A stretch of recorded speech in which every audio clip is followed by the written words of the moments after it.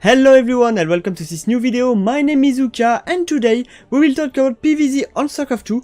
I will show you a build order coming from Astrea against Solar. You will see this build order is really uncommon. It's not a Twilight or Stargate opening, it's a robotic opening with a strong timing push, a really strong timing push, and it works really well. Of course, it's not only an all-in, it's a macro build order. Let's go! We are on Nightshade, there is Astrea at the top left corner and there is Solar at the bottom right corner. We'll go in the vision of Astrea to understand what he does, and you will see his build order is a bit strange. It's a bit strange. So he will begin with a pylon in the wall, like this, so in front of the natural base, and he will scout just after the pylon. It's a standard scout timing, and with this timing you can totally block the second base, so the opponent will be forced to expand on the third base, and of course pylon at 16. So at the moment it's a total standard build order, but you will see it will change as soon as the tech start. So you block this base. So as you can see, this drone goes directly to the third base, and it will scout a little bit. It's really important at this timing to check if the second overlord is here. If there is a second overlord, most of the time it's not a pull first. So this is probably the most important things to check. If there is a spawning pool at 1 minute 15, almost this timing, it's standard at first.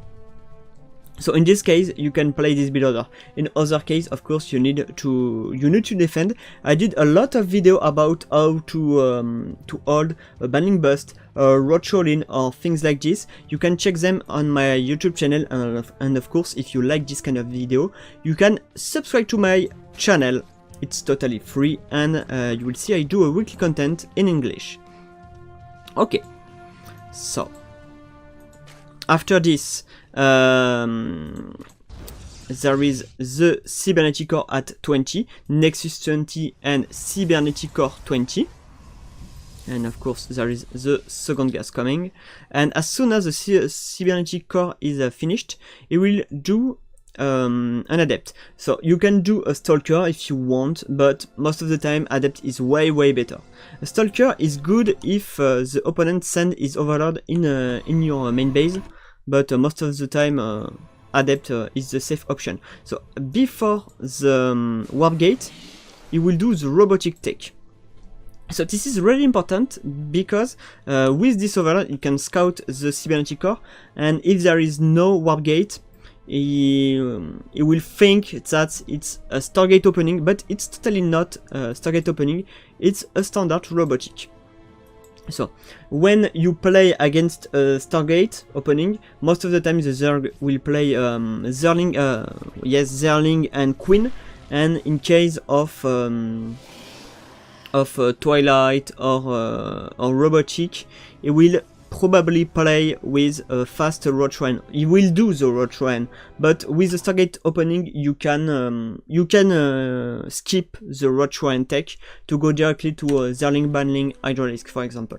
So this is really important to try to fake this, and of course the first unit will be a Warp Prism. So this Warp Prism will give the possibility to kill the Overlord, and to do a bit of harass, for example, double adept pressure, and of course you did one adept, 2 adept, and stalker, so the order of units in the gateway, so you can totally do this kind of drop. This is really interesting because you will cut the drone production early in the game for the Zerg, and it's really uncommon. Because it's really uncommon, it's strong. So fourth unit will be Sentry, which is really good if you play against a Banning Bust or a Roach All-in. So of course after the Warp Prism there is an Immortal. So this build order is good because it's strong for the early game. You can hold almost everything with this kind of build order. The only bad things in his build is the position of this pylon, because in case of Banning Bust, you will probably lose this pylon and lose the game. So I recommend you to put the pylon behind your wall. If you can, of course, if you can. So here, the most important thing is to try to kill the Overlord, which can be really, really annoying. So there's a little mistake here. He loses his sentry. So now you will just do tons of immortal. Never stop the immortal production. Immortal are good in early game for the first pressure, of course, and they are good for the late game because most of the time the late game in PvZ is Zealot, Immortal, Archons. So you can do tons of things with Immortals. There are core units in this matchup. So as you can see, now he will try to do a bit of damage with his Adept. So if he can kill something, he will do it. And he used this his War Prism to save units. Try to not lose too many Adepts. So don't forget that this game is against Solar, which is probably one of the strongest Zerg player at the moment. So this is the reason why there is no damage from the Protoss side. Okay, as you can see now, 2 gas and tons of immortal, and it will go to yes, 1, 2, 3, 4, 5 gates, and of course toy conceal and forge, which will be really useful because if he fails his timing attack, it's between timing attack and an all-in. He will be able to play a macro game. He will simply be able to play a macro game. If you don't do the forge, most of the time, if the opponent holds you, you are dead. You are really dead. Don't forget that the replay is in the description of the video, so if you want to check it, if you want more details, you can check it. You can download it, and yeah, it can be really good. So there is 4 immortals, there is 3 sentries, there is the Templar Archive, and now he will do a timing push. So this timing push is really good because of the number of immortals. In the early game, the Zerg player have not so many choice to hold Protoss. It can be Zerling, it can be Banlings, it can be Roach. If he go too fast on a tech, he will die. So most of the time in early game, it's only this kind of defense from the Zerg side. So at 7 unit mark, there will be the timing with charge, 5 immortals, Archons if you have enough gas. Most of the time there is 1 or 2 Archons, depending of the number of sentries. So you need at least 4 sentries, but he lost 1 in defense. So this is the reason why there is not too many gas for Archons. Okay, and as you can see, there is no sub-base. So this is the reason why it looks like an all-in, and it's almost an all-in. It's really between all-in and timing push. It's between these two things because there is the upgrades, and you will see that he can totally play the macro game after this. So let's go for the strong timing push. Really strong timing push. So let's go. So you have a ton. No, you don't have a ton of sentry, but you have enough sentry to do this kind of force fields. If you kill some Ravager, it's really good for you. The worst unit from the Protoss point of view is probably the Ravager. If you kill the Ravager, you are really good. You are really good. So the most important is to try to focus units. If you directly focus the side base, you will probably lose the fight. Don't forget that if you kill every unit, you will win the game. This is probably the most important thing here. So as you can see, Astrea is going directly to units. Here there is a bit of miss micro, but as you can see, it doesn't lose a lot of immortals here. The fight is going really well for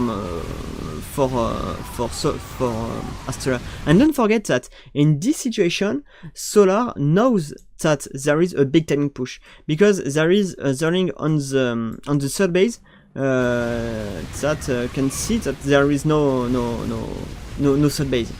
So if you know that there is no third base, it's probably a timing push or an all-in like this. If you're a Zerg player, don't forget this. But here there is already 14 drones killed, so he is able to force a back from Astrea. But look at the supply. At this timing, there is more supply for the Protoss than from the Zerg. So here, the Protoss can totally win the game. It can totally win the game. It doesn't know it, but if we look at the number of immortals and zealots, we know that he can win. He can win now. When I casted this game, I was like, hey, if you push, you win the game. If you push now, you win the game. But Astrea will choose the safe version and will simply expand at 9-minute marks. So 9-minute mark is not the exact timing. You will expand as soon as the opponent holds you.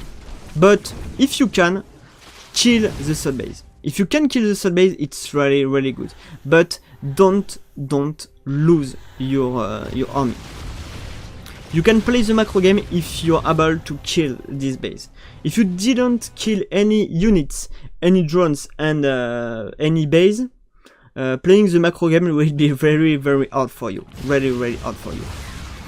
So don't forget to use sentries to kill some units. The most important here is not guard and shield, it's probably force field.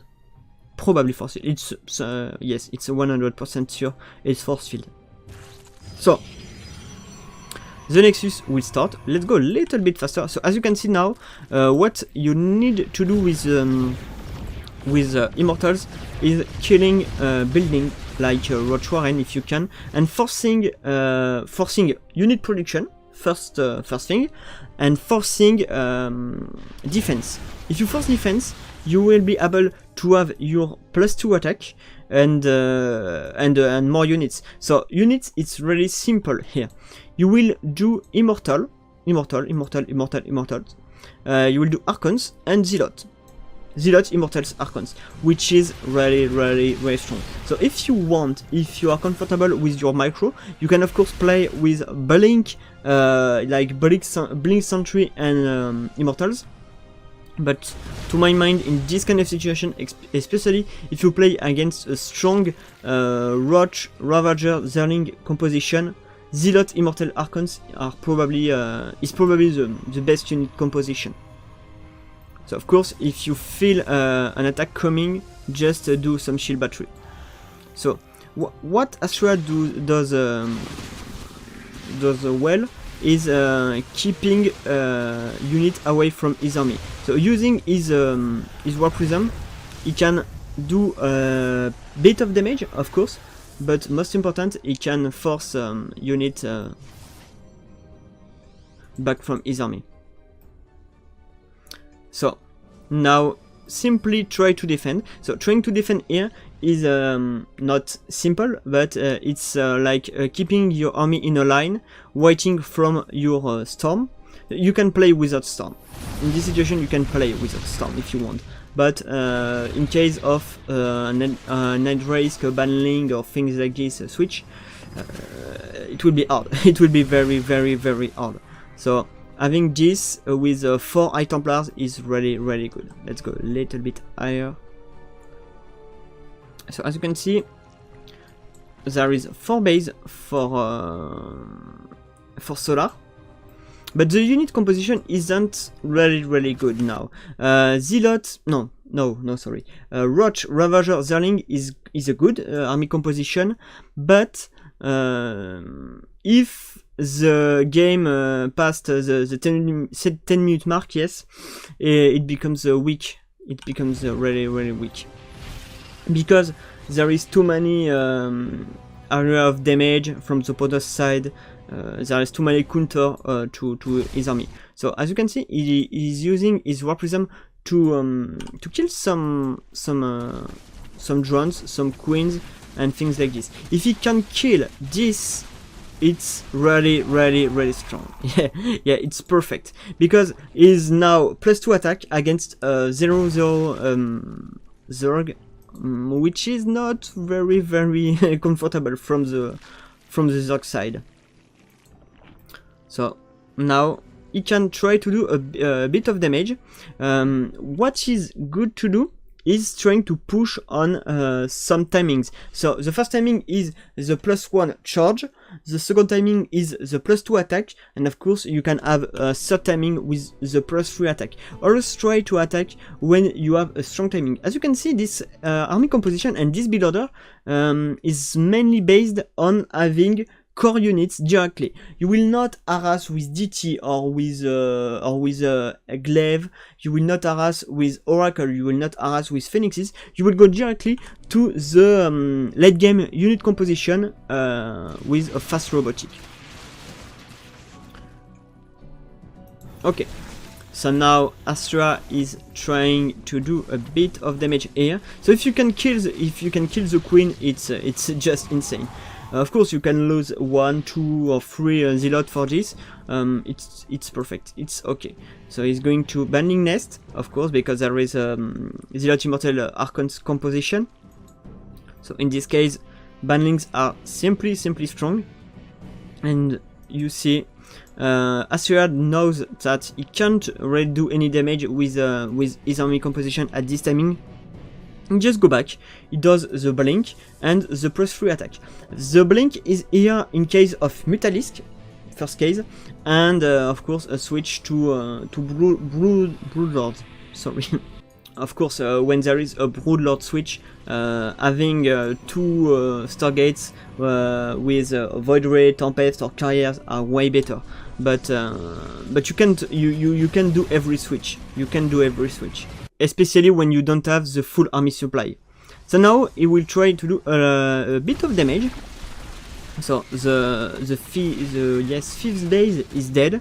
So if you can always cancel this base, it's really good. So the best timing now to attack is probably when he has his +3 attack. So as you can see, he's not engaging too fast. He's waiting here, and he's just waiting.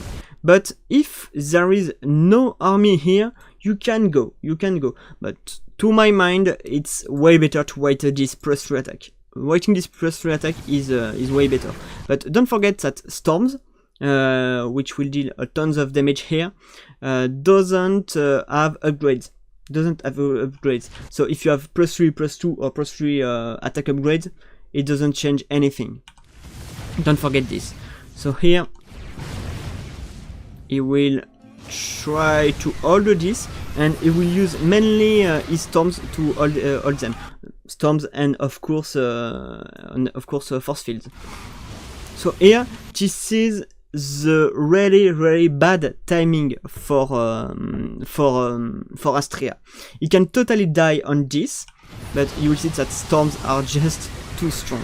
And even if he loses this fight, he will be able to come back in the game because he has a tons of economy, and he has some zealot in the 5th base of the opponent. So here, in terms of economic damage, it's really insane. We can check it. There is like 62 drones, but this base will die. Will simply die. Okay, let's go back to the game. So here he's doing a tons of damage. So even if he loses his army, he will be okay. He will be totally okay. And as you can see, there is a GG from Solar. Why? Because now the supply is almost the same, but Solar doesn't have enough economy to stay in the game. He loses this base. He will lose this mineral line because there is some Zerlings here. There is no more army. And this army from the Protoss is able to kill this army. So it's a GG from Solar. It's the end of this video. I hope you like it. If you have any questions, you can ask them in the comment section below. You can of course subscribe to my channel and put a thumbs up. Thank you again. Bye.